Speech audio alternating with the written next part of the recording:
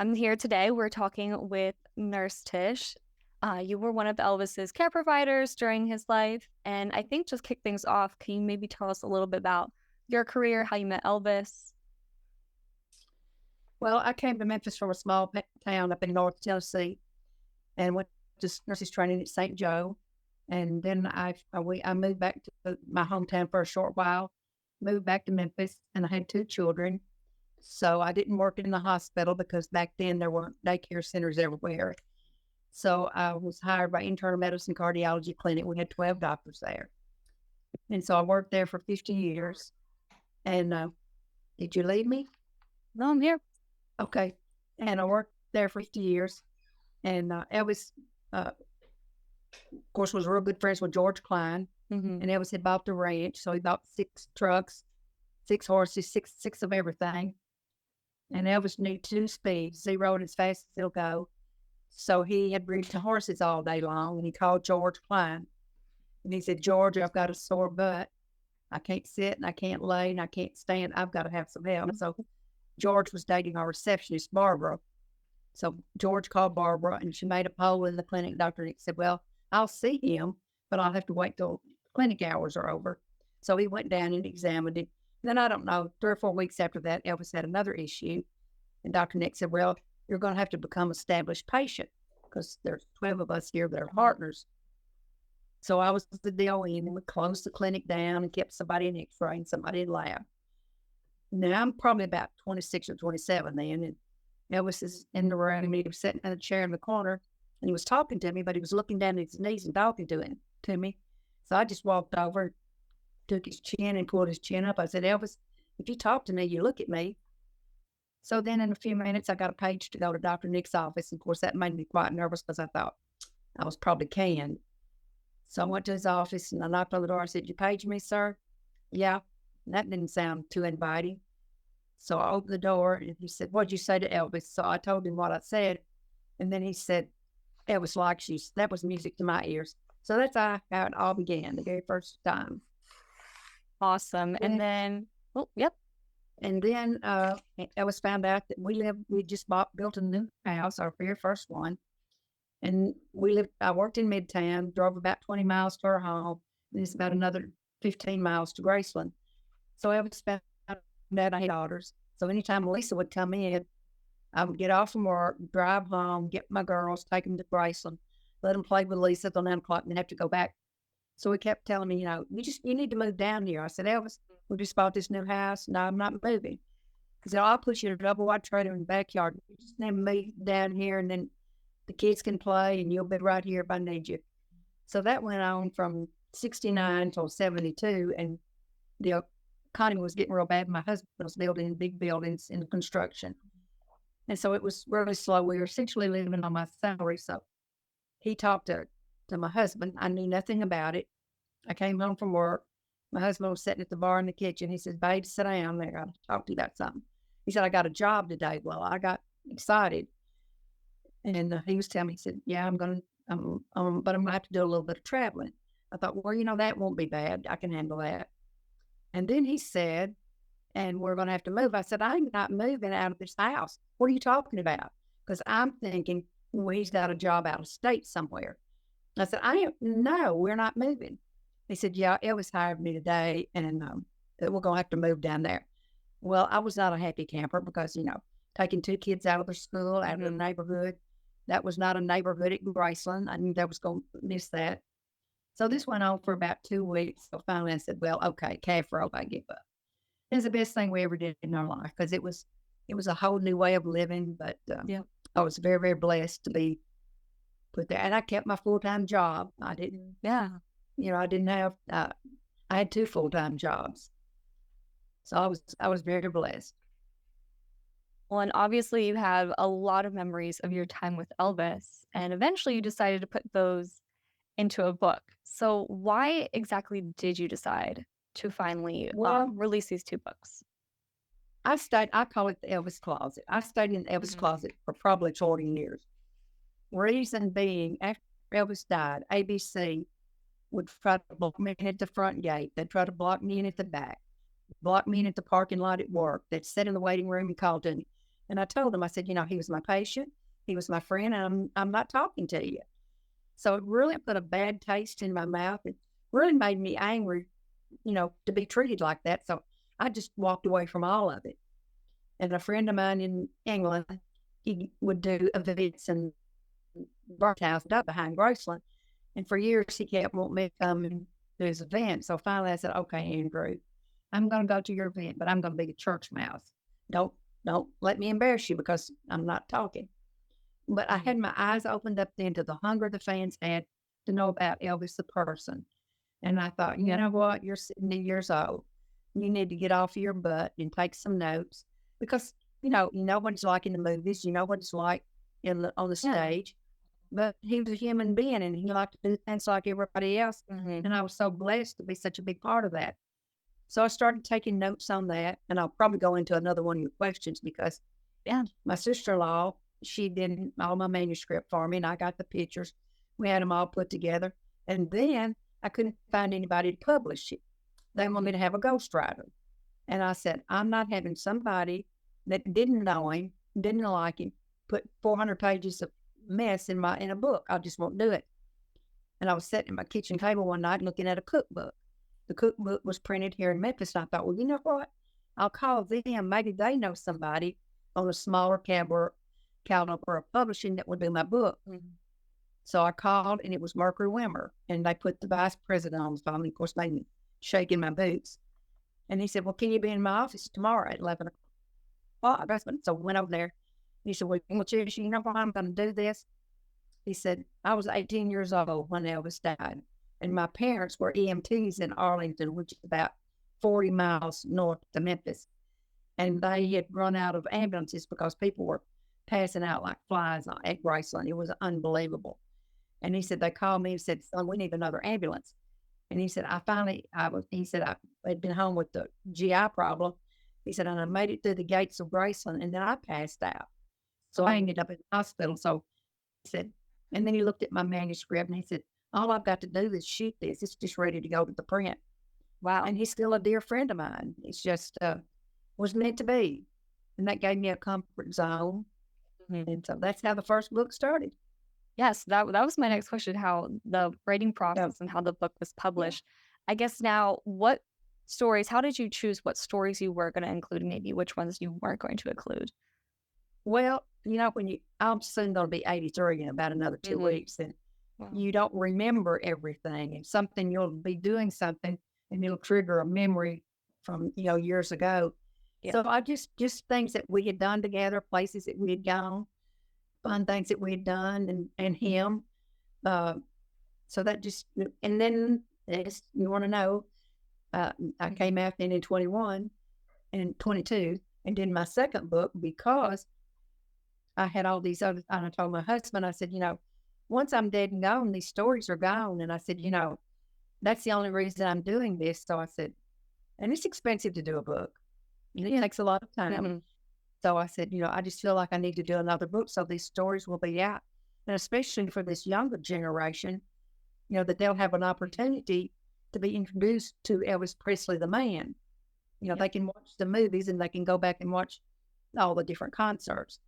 So that's the reason I did the 2 books. Well, I love that. And I definitely love, like, for our generation, getting to read it. It's preserved history is what I like to think about it. And yeah, you're right. All the stories won't be around forever. So that's why I'm very appreciative people like you decide I'm going to take the time to actually sit there, write a book so I can share it with the world. And now my next question is, now we're talking about some of the stories. Could you describe maybe what like an average day at Graceland was like? I know a lot of the stories that you tell in these books do take place at Graceland. Well, you can't say day because I worked all day. It's his day was his night. And it was just Okay. of course, back in those days, we lived in a trailer, double wide trailer in the backyard. And I'd come home from work. He might be sitting at my kitchen table. He might be laying across the sofa. He's even been times when he would be laying across our bed. So it was just, and most people think, well, what did you do? But, it was like, I say, what would you do if you walked in, your brother was sitting at your table? So our relationship was like that. It wasn't you go and say, oh my God, Elvis is here. What am I going to do? Or I have to tell you something kind of cute. I was off on work on Saturdays every now and then, and I'd be off on Thursday. So my husband was at school, was working.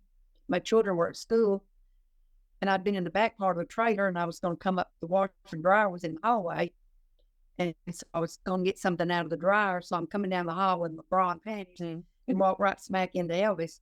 And after that happened about 3 times, I told him, I said, we're going to stop meeting like this. I think you see me and my bra and panties as much as my husband has, because he'd just come in and walk in, and it was just comfortable. We did a lot of playing, riding the golf carts, right out in the 3-wheelers, playing a lot of racquetball, and sitting in the meditation garden, like late in the afternoons. And one afternoon we were sitting out there, and it was and this is not in my book, and I'll tell you too, that's not in my book. Okay. And this flock of birds flew over. Well, this bird pooped, and it landed right on the top of Elvis's nose. And he said there, I have to go back and tell you another story about Tishina. My nickname was Tishina. He said, Tishina, this bird just shit on me. What am I going to do? And I said, well, I think I'd go to the pool, get me some water, and wash it off my nose. So he did get shit on. And then one day he'd been down there, and I had a swing in the front yard, and we'd been sitting out there, and it was probably, I don't know, 5 or 6 o'clock. So he was getting ready to go home, and he had on the warm-up pants that snapped down the side. Yeah. So we were standing there facing each other, talking, and all of a sudden he said, Tishina, this dog just pissed on me. So Joey and Danny had this little ugly, frumpy-looking little dog, looked like E.T. So the dog had hiked his leg and peed on Elvis. So he's standing there holding his pant leg out. Well, what am I going to do? What am I going to do? And I said, well, Elvis, of course, his aunt, that's a minister, lived right in front of us. I said, well, Elvis, you don't have any underwear on, so you can't take your pants off, because Aunt Nash will see you. So I think you'll go. He said, no. Go get me a knife. He said, I'm going to fix that dog. I'm going to cut his balls out, and he won't piss on anybody else. I said, Elvis, time out. Let's have a little anatomy. You can cut his balls off all day, and he can still piss on you. So he was just, that was just Elvis. But it was a lot of fun. We'd sit and read, watch TV. But he had a nickname for everybody and everything. So he called me up there one day, and he says, I finally come up with your nickname. And he said, it's Tishina. I said, I am not going to be a Tishina. That sounds like a pole dancer. And Elvis, I am not a pole dancer. But guess what? My nickname was Tishina. I love it. It was a character. So Grayson, so many things went on, so many antics. What about a day in life on a tour? So I know you joined him a lot on his tours. What was that like? Well, depending on what we were doing. If we were on a tour, it was very hectic. I don't know how he did it as long as he did, because you'd be on a bus or you'd be on a limo. They'd take you to the plane. You'd get on the plane. You'd fly to someplace else. They'd meet you with a bus, take you to the venue where we were doing, depending on how many shows you do. And it was just round and round and round. So you really didn't get time you never unpacked your suitcase. Now, when we were in Vegas and Tahoe, it was quite different, because he did several shows there, and we could get out during the day. We could sleep in the same bed. We could hang our clothes up and have time to have a little bit of relaxing fun. I'll have to tell you a Vegas story. I was helping him get his jumpsuit on one night, so we got it on. And after the show, I was helping him get it off. As soon as I took it off of his shoulders, it just went plump to the ground. So I told Al, he was working the next day, I said, weigh that jumpsuit before we go on stage tonight. When he came off that stage, it weighed 8 pounds more than it did when he went on stage. So you imagine losing all those electrolytes and 8 pounds of fluid coming off of you. That is a lot. That's a lot. But he was, we were in Tahoe, and when we first got there, it was absolutely beautiful. So a bunch of us was laying around out at the pool. So I got the security. I said, could y'all please put us some tables and some chairs up on the roof so I can get Elvis up there? So they did. And so Linda was always late, always. So we get up there and we're playing. I went down the street and I found a frisbee and I bought a frisbee and a football. So we were up there playing around, carrying on, and here come Linda. May not should tell all this, but anyway, when she got up to the top of the steps, she had on a little bitty teeny weeny bikini, and she got sent back to the room. She had to put on some more clothes. But he loved that, because it let him out. And then, of course, he got a little bit of sun, so he got on stage that night and embarrassed me because I burned his chest. And he did something else very special that time. I did not want to go to Tahoe because we were going to be going on Mother's Day. And I had 2 daughters. So he kept on till he got his way. And so I sat, a lot of times I'd sit beside the stage, but I was sitting out in the audience. They turned the lights on and the maitre d' came and brought me a dozen red roses and 2 white roses in there for his mother. So he was just a very thoughtful, kind, caring person. Now, so you did mention that concert, and this is not on my list of questions, but do you have a favorite concert that you attended? Well, I don't say I'll have a favorite concert, but I have a very different concert. In Tahoe, it was like a 3-tier. You had a floor, and then you had a half moon, and then you had a big one on the top. And after the show, we were sitting there in the room. I experienced something there, so I'm going to switch over to tell you.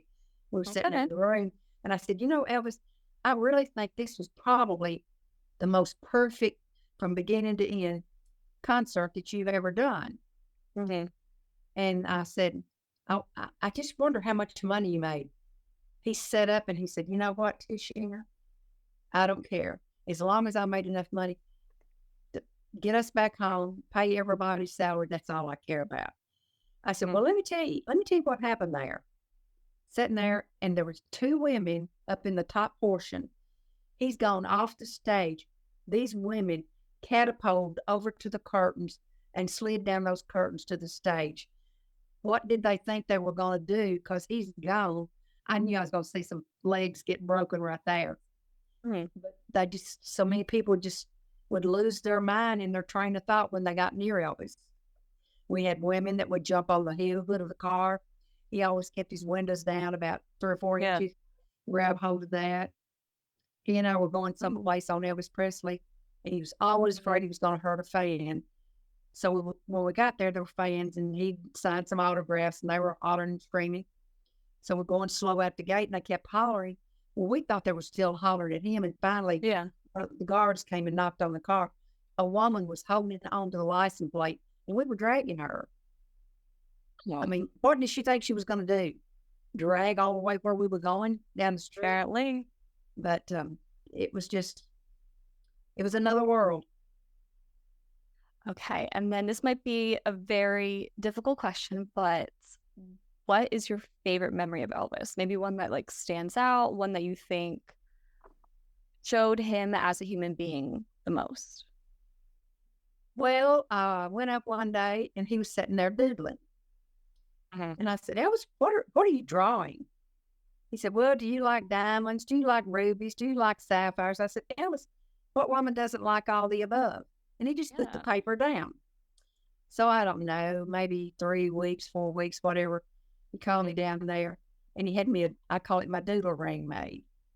It's when they first came out with gold nugget.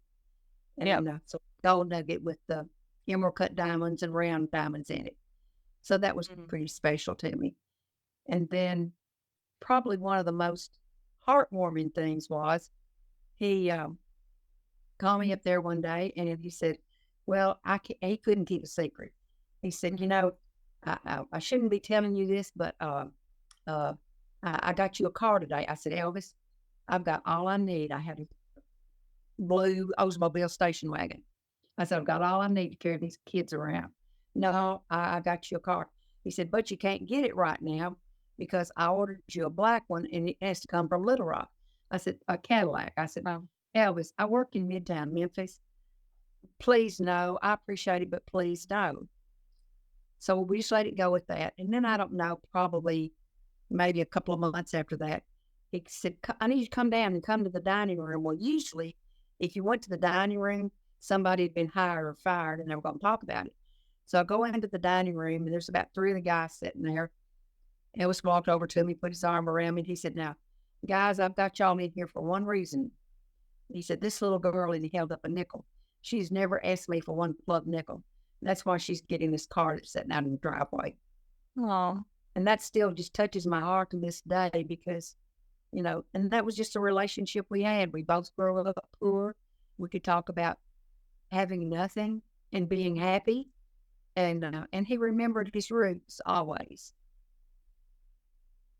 well, I have one request, and this is from me, Diane, Tessa, and Tara. So during Elvis's birthday week, you told us the story about the Overton Park shell and the lions in the zoo, and we were hoping that you would retell it for everybody else. I'll be happy to. Awesome. Well, back in the day, he had two movies, Pink Panther and Mighty Python. TV went off at midnight. There were no stores open. So you would sit there and we'd read. Well, after a while, I got tired. So I'd say, okay, let's get out and drive around.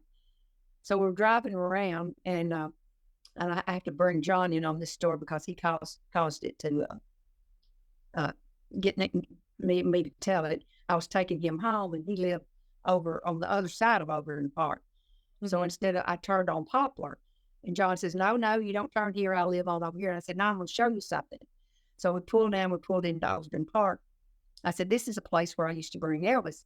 And back in those days, they had concrete bleachers set around all in the park and a light every now and then. They weren't real frequent. So it was on this corner and there was a light right across the street. So that's where we would sit. Sometimes we'd just sit there and read. Sometimes we'd just sit there and do nothing. And so this one night, we heard this roar. Well, I jumped up, got in the car, and a few minutes later, he comes slew foot, and I got in the car. He said, I guess you just going to let my ass get eat up by a lion. I said, I guess I was if you didn't have something to get your ass up and get in the car. So we were back there another time, and we were sitting there, and it was elbowed me. He said, Tishine, I got to piss. And I just ignored him. A few minutes later, he hit me again. He said, Tishine, I've got to piss. I said, well, you're not going to piss in my hand, so go figure. A few minutes later, he said, I've really got to piss. Well, there was nothing open, no place to go. I said, Elvis, go behind the tree and piss. So then every time we would go there, it was like a little watermarking spot. He'd go behind the tree and piss. So when I'd taken John by there, they'd cut down one of the trees. And I said, oh my God, Elvis's piss has done killed this tree. So then I had taken some guys from England out there, and they'd been out walking around, and they had to act like they were peeing behind the tree and all that kind of stuff. So we're getting ready to leave, and one of the guys was out there just walking around. And I said, well, we're ready to go. What's wrong with Andy? So I saw him bend down, and he picked up a piece of the bark. So when he got in the tree, I said, I saw what you did. You got you a piece of bark off the pissing tree, didn't you? So I did him a COA on the bark, and he hung it in his office. So then another night we were sitting there, and Elvis said, aren't we close to the shell? And I said, well, yeah, it's just around the corner. Well, let's drive over there. So we drove over to the shell, and he climbed up the steps, and he lay down on the stage. I cannot sing. And he sings, swing low, sweet chariot, lion's coming to take my ass home. Just precious. That was just Elvis. That was one of our favorite stories. We couldn't stop talking about it. If I'd have had an iPhone back then, wouldn't that have been beautiful? And I would have. When I was talking to him at the shell, when they decided to open the back part back there, and he said he was doing this little thing. He said, yeah, it was performed here 2 times in 54 and 55. And I said, you got that wrong. And he looked at me like I had 6 eyes. I said, no, he performed here one night, but he only had one person in the audience. And that was me. So I had to tell him the story too. Well, it's one of our favorites. So I'm really glad you got to tell it for everybody else. All right. And now, so I have a couple of submitted questions that people in the audience, they wanted to have you answer. So the first one's from Noelle. So you, in your book, you talk about your daughters and how they and Lisa Marie, they would hang out at Graceland. Could you tell us your favorite memory of Lisa Marie? You can tell us a little bit what it was like having her there at Graceland. Well, Lisa was a little wildcat, and she loved to agitate the fans. And I even saw her take cameras and throw them. But Mm. she loved doing that because she was just a little wild child. And they had a lot of fun. They was on the golf court all the time, swimming in the swimming pool. I'd take them to the movies. But one of the most precious memories I have of Lisa is, and this was after Elvis. Well, let me back up a little bit. When they came out with the velvet paintings of Elvis, he got this huge, huge painting of him, and he got it on a blue shirt, and his eyes were closed. And he said, I'm not keeping that. I look like a dead man. So he gave it to me. So I hung behind my sofa in my living room. And I don't know, this was probably in 78 or 79. And of course, Lisa, kept coming back. So she and the girls were running through the trailer, and she looked up at that picture, and she just, hi, Daddy, kissed her. Hi, Daddy, I love you. And I tell you, I had to go to the bathroom and just melt. But that was just, so precious. Just, I hope he saw that. Yeah. All right. And then the next one is from TCB Reads. That's their Instagram username. They asked, is there any joke, prank, bizarre antics that stick out to you that happened on tour with Elvis, or something maybe that was happening backstage while he was performing? Well, I'll tell you something about Elvis most people don't know. Elvis got so But nervous before he would do a show. I never understood that. And of course, they always took us around the back of the dirtiest part of the hotel to, get to the yep. stage. And he would usually go in the bathroom and do a little prayer, come back out. He could not take that first step. Once they touched him and Wow. pushed him, he was on. But he just had he had to have that little push from Joe, Dick, or Sam, or somebody to get on stage. As many times as he had done it, it was still that. But once he did that, then he was on. Mm. And you can see some of the old clips that he would do, say funny things about people, and Mm-hmm. he was so spontaneous. All right. And then next one, I have two questions from Christy. So the first one is, tell us about the wildest interaction between Elvis and a fan that you ever witnessed during a show. Um, Probably many times when ladies would throw their panties on stage to him, Mm. and he would ask, hold them up, and these don't fit me, or what am I to do with these, or put it over his head. That's probably the wildest thing. Okay. And then the next one is, what song was your favorite to see Elvis perform? What song do you think Elvis enjoyed performing the most? I don't think he had a favorite. Of course, his favorite thing to sing was gospel music, Mhm. and that's how he would wind down after a show. He would sing a lot of gospel music. He sang gospel music around the house a lot and in the racquetball court. And I don't really have a favorite song. They're all just so special to me that I don't really have one that's favorite. Of course, I kid him about my way quite a bit because Okay. he would get his way. Mhm. But that's Seems fitting. you know, that All right. The next one is from Sam, and their question is, did Elvis have a ritual before going on stage? You can kind of answer this, you saying he was yeah, anxious. So did he have a yeah. ritual? Well, I told you, Yeah. he would the- always stop and go in the bathroom and be in there a few minutes. But as far as a ritual, that was the only ritual I could say. All right. And the next one is from Alex. So it says, you mentioned other care providers around Elvis in your books. How did you feel having others around to care for Elvis? Did they make your job more easier? Did they make it more complicated? Well, I didn't have anybody that I worked with directly, of course, just with Mhm. Dr. Nick.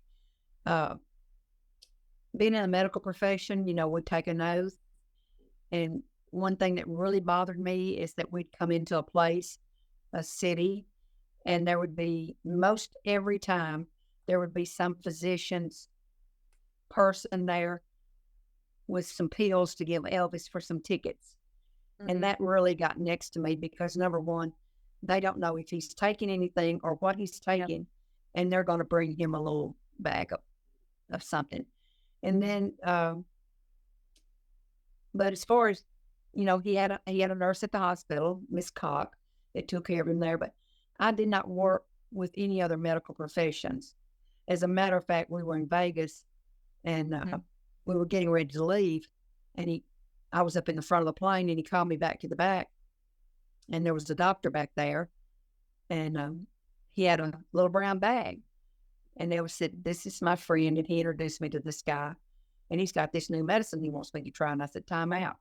No, if you're going to do that, then you need to put me on a plane and get me home." I said, "I don't work for him. I don't know him. I will not use any of his medicines on you." So then Navis did not like to apologize, but he apologized for that. All right. And the next one I have is from Amy. She said, "Did Elvis ever recognize he may have still been grieving Gladys or even the version of himself before Gladys?" I know this is something you talked about, like him talking about his mother. Did you notice anything like that?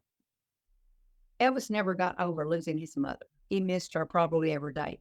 He did not talk about her a lot, just like the little instance where he gave me the roses with the two white roses in there for her. Or he would occasionally say, "What do you think my mom's favorite song would have been tonight?" Or, "Do you think my mom would have liked this concert?" Or even if we were playing racquetball or doing something, occasionally, but not that often that he would mention Mhm. her. But yeah, there was a void, a mother void there forever. Right. And I have the next two are from Tara. And so these are, they're pretty fun questions. So what was Elvis's favorite TV show to watch? You know, a lot of people say different things. He liked to watch Blue Hawaii. He liked to watch football. I Okay. mean, Hawaii and Bible. I'm sorry. He loved to watch football. He watched some basketball, but he was more into football because he liked to mess around with Mm. the guys and play some football. Yeah. That's interesting. I don't think I've ever heard Hawaii 5-0. Yeah. All right. And then her next question is, do you still tour Graceland? And then how does it feel to be there now? It was for a long, long time that I could not tour Graceland. I just could not do it. Mhm. And then after I kind of came out of Elvis' closet, and well, even before that, some of my doctors wanted me to go with tours on them, and I would do that. But it's tough. It's getting better, but it's just still some spots there that kind of gets me. I'll have to tell Understood. you a racquetball story. I hope this don't go bad with Oh, somebody. yes. So Elvis thought I could get 20 pounds off of him in a couple of weeks. Mhm. So I told him what he could eat. I said, "Now for breakfast, you can have some yogurt." And of course, his breakfast was like at 5 o'clock in the afternoon. I said, "You can have yogurt and coffee." So I came home and I said, "How did you do with your breakfast?" He says, "Oh man, Tisha, I love that yogurt. I had six." So I pulled the refrigerator, had a little refrigerator sitting in his bedroom. I opened the refrigerator door and I took out a package of Yoplait. I said, "Please, 160 calories. Multiply that times six. How many calories did you have for breakfast?" Of course, he just laughed at me. But then another time I told him, I said, "Now, we're going to start the regimen when I get home tomorrow." Now, I work 10 hours. I come home. Wow. He is not ready. He's sitting in, we called it the baby's room. He's sitting in Lisa's room in the recliner with a plate of 5 buttered biscuits in front of him. And I took my fingers and I just did this. I said, "I hope you enjoy them now." I didn't get slapped and I didn't get shot. He got up, went and put his warm up clothes on. We didn't talk very much walking because I was pretty mad at him. So we Mhm. walked and we walked our 6 walks and was playing racquetball. I'm still kind of mad. Now, we neither one of us liked to lose, and we were both pretty aggressive. So we got kind of righteous on the racquetball court. So I am running him from one side to the other, backhanding him. And I heard this thud, and I turned and looked around, and he's sitting flat down on the floor. And excuse me, but this is what I said: "Elvis, what the shit are you doing sitting down there?" He looked right straight up at me. He said, "Tishina, I just found out my balls don't bounce." He's on the floor laughing. I'm down on the floor laughing. I said, "Elvis, I'm about to pee my pants. I got to go." "Don't you piss on my floor. It'll take the varnish off." And I told him that night, I said, you don't need Jackie. I ain't opening for you," because he would have had to think for 6 weeks Mhm. to come up with that. And you spit it out like you'd been spitting it out. And funny thing is that I'd forgotten about that story. And used to the racquetball course, they had all the memorabilia before they opened up across the Yeah. street. So it was like a junk house. So I said, I want to do the tour by myself when they clean it out because I knew I would be Mhm. emotional. So I was by myself and I did all the up front. I got in the racquetball court and it was so weird. I got goosebumps. I looked down in the floor and that story popped back up. I hadn't thought about it in years. Wow. And I'm starting dying laughing. I'm thinking, oh my God, if they see me laughing, they'll think I have lost my mind. But he was just, he was a mess. I'll have to say, I feel like that's a good story for us to see when we're in the racquetball room because we know you go in the Right. racquetball room and they're playing Unchained Melody and it's like the tears are rolling. Yeah. But the next Yeah. time we all go, we can just think of that story My bad. instead. Yeah. That's good. That's good. That's what it's all Love about. it. That makes me happy. Exactly. All right. And then the next one I have is from Diane. She said, did you ever have a relationship with other patients like you did with Elvis? Not like that because I didn't live with anybody at property. Mhm. I was very blessed. I took care of a lot of celebrities and, you know, was close to a lot of people, but nothing like Elvis. Wow. 'Cause, you know, Okay. I lived there from 72 to 83 on the grounds at Graceland. Right. And then the last fan submitted question we have is from Jacob. He said, did Elvis ever express fear that fans would never know him as just a man? Good question. We were sitting there watching TV one night and somebody died, and it wasn't anybody that we really knew personally or anything. And Elvis got really, really quiet. And I said, Elvis, why is that bothering you so? Mhm. He sat there for a few minutes. He said, you know, Tishana, when I've been dead and gone 5 or 10 years, they'll say Elvis who. So every year on his anniversary, I look and I say, okay, Elvis, you look down at Graceland today and you say Elvis who. So I think that Exactly. answers the question. Which I think kind of leads me really well into some of my wrap up questions. So the first one is, what was it like for you the day that Elvis passed? Well, I had had surgery. So I'd been off from work, and that was my first day back at work. And my husband called me, and fortunately, he just said, babe, you need to come home quick. There's a problem. He didn't, that's all he told me. I'm driving home thinking that because Vernon's heart was having some problems. I'm thinking that's what an issue is. So that's how I found out about it. Of course, when I got home, Vernon was there and Dr. Nick and everything. So that's how I found out about it. It was a horrible day. Mhm. Well, hopefully now straying a little bit more on a positive note. So after reading these books, what is it that you hope Elvis fans walk away with, and what do you hope that they learn?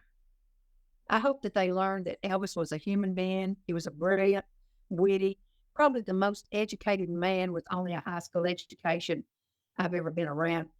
He read, and his eyes would get tired, so we would read to him. I'll tell you another story. You got me started, girl. Okay. Uh, and if you read something, you absorb most of it. But if you're listening to somebody else read it, you'll catch bits and pieces of it. Not him. He could practically quote you every word you'd already read to him. It was just Wow. amazing. But when you walk into Graceland, the next time you go, now you've got two things. I'm going to give you three things. You got to Awesome. think about racquetball court. And you walk in Graceland, the front door, right Mhm. above you is his bathroom, right above the chandelier. Okay. Now, Elvis kept his bathroom ice cold and he kept it pitch black. So we would sit in the bathroom and read. That sounds crazy, but Yeah. that's where we sit and read a lot of times. So we were sitting in there and I was reading. Well, the commode would trickle, trickle, trickle. In a few minutes, trickle, trickle, trickle. He pulled the drawer open and he got out a pistol and he shot the tank. Well, I about needed to use the bathroom right then. So a few minutes later, the red line, which was the in-house phone, rang. It was Nancy, one of the cooks. Mr. Elvis, we got water running out the chandelier. So the and they just recently, if it used to be the stain was still up there where the Mm. water had come out the chandelier. And I have to tell you, you know who John Daly is. Well, Yes. he can be a butt sometimes. We were at going to Graceland. Going to Liberty Land, and Elvis, you know, and Brad rented Liberty Land. Yeah. So Elvis and Ginger and Amber, her niece, and Deborah and Donna, my two daughters, and Lisa. Mhm. They were in the Stutz in front of us, and we were in my Grand Prix that he bought me. So Elvis turned on a 90-degree turn. As I told you earlier, he knew two speeds, 0 as fast as he'll go. Well, when the car turned, sparks flew up under the bottom of it. Well, I went hysterical. I said, oh my God, the kids are going to blow up. They're going to burn in front of us. And I'm just screaming and yelling. So when we pulled in there, I jumped out of the car, went up beside the Stutz, and I called Elvis everything but a white boy from Tupelo, Mississippi. Blah, blah, blah, blah, blah, blah, blah, blah. He didn't say a word. He just looked at me. We played all night long. So the next morning, we're getting ready to leave. So he comes up to me. He says, Tishy, I want your car keys. I said, you're not getting my car keys the way you drove down here like that. And I said, unless you promise me you're going to drive like a normal person, my kids aren't riding back with you. No, he said, and he didn't like to apologize. He said, yeah, that was, I shouldn't have done that. I should have been a responsible person having all those girls in the car with me. He said, so I'm going to give you the Stutz. I said, Elvis, I'm a nurse, a Stutz. I couldn't even afford the insurance on the Stutz. But he would have given me that car that night. So John Daly is such a kind, caring person. He likes to see the Stutz in the museum and let me know he Oh. see the car. Yeah. Mhm. Rub it in, rub it in. Mm-hmm. Could have been yours. Yep. But you know what? And he would have given it to me. He would have given me the car right then. I love these stories. He got me a car that was black on black on black. Of course, back before my hair got so gray, I had dark hair. So he called me up there when he saw me coming in, and he said, when I got home, the phone was ringing. He said, I need you to come back up here now. And I didn't know what I was going to walk into. He said, I got to show you something. Well, it was really strange because when I went up the steps, the door to the bedroom was closed. There you go, Tish. There's your Stutz. Oh, see what he just did. I think That's classic. I'm going to give him a water bath. I'm going to give him one. You are a butt. Gotta live up to my reputation of being a nice guy. This is it. That's it. So he doesn't make me forget what I was saying. That John Daly. What was I saying? You're talking about the Stutz, the car that he got you. Oh yeah. So he when I got in the house, of course back then, we didn't have cell phones. So the phone's ringing in the kitchen. I answered the phone. Said, I need you to come down here. So I went flying up the steps, not knowing what I was going to find. And the door was shut. The doors to the bedroom, that was very unusual. So he opened the door and the bed was made up. And that was most unusual. And so here was this white leather and mink coat. He said, look what I got you today. He said, I'll see your ass when you come in now, because in that black car, that black hair, all I see is black, black, and black. So with this white coat on. So he got me a coat. Just, one thing that was really difficult for me was so many people that would beg for things from him. Mm-hmm. And he just would do it. I said something to him one time, and he said, well, it's easier for me to go ahead. It's better for me to go ahead and do it than to hear the repercussions of what they might say about it. Which is true. Yep, very true. It's unfortunate that people did that, but yeah, it was Elvis, I think, also just to naturally just give to people. Oh, so many times. And one of the things is in my book. Mm-hmm. The little girl with the bicycle. Remember that? Yeah. We were driving down Elvis Presley, and this little black girl, probably maybe 10 or 11 years old, something like that. And she had a flat tire on it. And he pulled over and he said, now I don't want to scare her. So you go tell her that we'll put her bike in the car and we'll take her home. And we did. And I went up to the door, and this man came to the door, and I explained that to him. So when we left, instead of turning the way we were going, he turned the other way. And I said, well, you decided not to go where we were going, wherever that was. He said, you'll see in a minute. We drove all the way across Memphis till we found a Western Auto open and bought this little girl a pink bicycle. So we go back to the house, and he walked up to the door with me.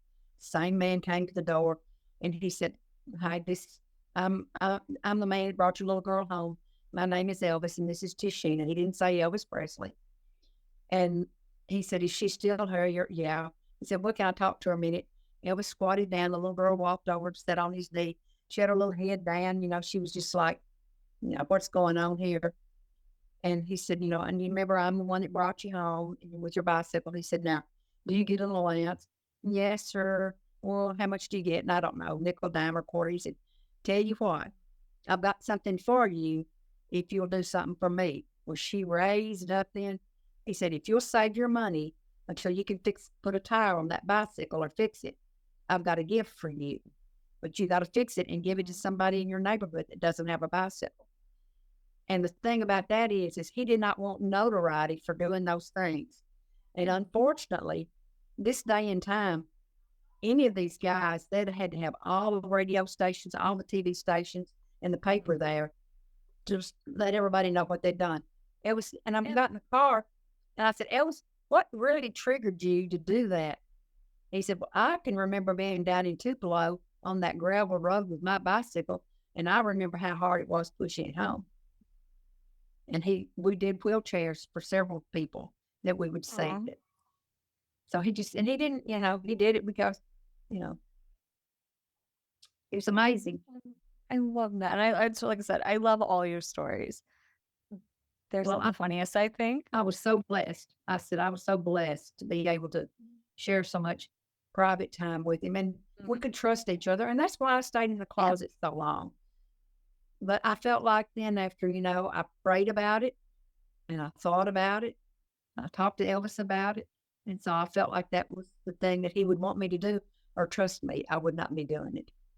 Well, if I'm speaking on behalf of most Elvis fans or all Elvis fans, I know we're really appreciative that you would take the time to do that.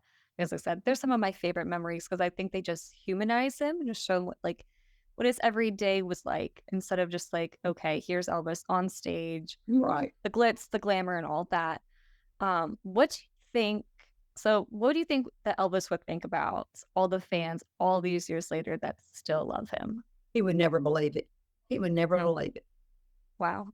Little old boy from Tupelo, Mississippi, and look how many years later. What other person do you know? Can you name one person? There's not one. There's not a president. There's not a governor. There's not another entertainer. As big as they may be in their era, a couple of years, you don't hear nothing about them. God made one Elvis Presley.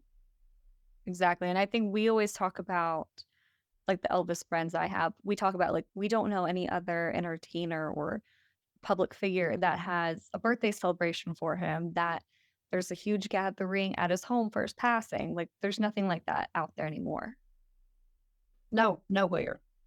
Even now, there's fans here.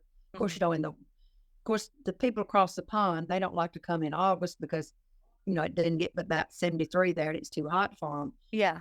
But there's people that just, they say from one event to another one to come back. And let me tell you something. If you can ever go to England and see those fans over there, it is amazing. Amazing. The love that they have for that man is just unbelievable. It's something I feel like they wish, and I wish I would have seen Elvis within the history actually go over there and get to perform. I don't know. Maybe that's another question. Did he ever express to you the desire to perform in Europe? Yes. He did? Yes. And he didn't just say Europe because I think he didn't want to pinpoint it. He said, I just hope one day I'll be able to go all over the world. Wow. Makes me sad that he never did get to that. Okay, you want the coded he had 3 F's. He said, Tish and I didn't get any F's. I said, yeah, you did. Your faith, your family, and your fans. I love that. I'll tell you, and let me tell you another thing about how smart he was. Please. Okay, so he was into numerology. So he kept telling me I was an 8, and he's an 8. I said, Elvis, I was born April the 27th, 1942. I'm a 9. No, you're an 8. So I go home several months later, and I said, Mom, let me have my birth certificate and keep it. So she reaches up on the chest of drawers and sets her little wooden box down, and she lays my birth certificate down. And I looked at it, and I said, Mother, when was I born? April the 27th, 1942. I said, why does my birth certificate say April the 26th, 1942? When I was there, I guess I know when he was born. I said, well, mother, somebody did it. So he was right. I was an 8. Wow.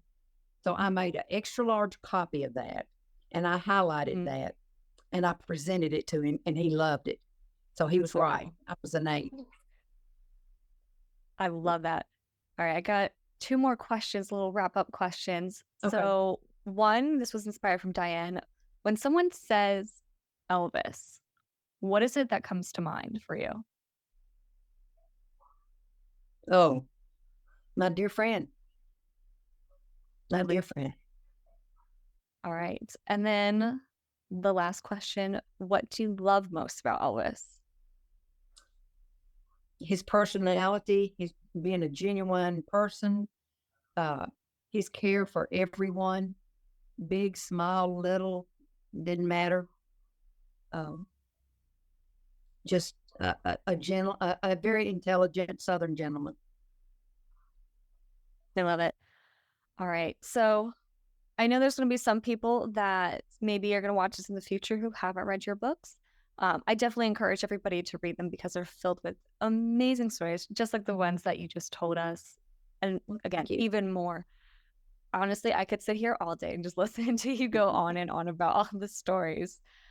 But so if you haven't read our books, you can get them from the Elvis Presley Boulevard Pawn Shop. There's both there. The first one that you released was Taking Care of Elvis, and then the second one was Elvis Remembered. I don't know, Tish, is there any last things that you want to share with everybody? So the one on the left that Tisha's has is Taking Care of Elvis, and then the one on the right is Elvis Remembered. Elvis Remembered is the newest book. So if you read the first one, highly recommend that you read the second one. And I believe if you get them from John at the Elvis Presley Boulevard Pawn Shop, I do believe that they're autographed, right? Yes, and if anybody wants them personalized, I'll be happy to do that. You can Mm. mail them to. I'll mail them to you. That's an option. Another option is you'd have to get the book if you want it to be personalized. That wouldn't be a problem. And then I guess Elvis Week is the next event coming up. Are you going to be at Elvis Week? Oh yes, we'll be down at John Daly's event down in the. You know where we'll be. Oh, yeah, I know where you're going to be. Don't worry. We're going to pay you a lot of visits. We plan on being there. If God lets us stay above the grass. All right. Well, thank you so much for taking the time to join us and talk about the 2 books, talk about Elvis. I really enjoyed it. And again, I can't wait to hear more stories from you, probably at Elvis Week. Well, good deal. I hope you got a lot of good, healthy information. Good, healthy Elvis information. Yep. I love it. All right. So we'll see Okay, good everybody night. later, hopefully at Elvis Week. All right. Good night.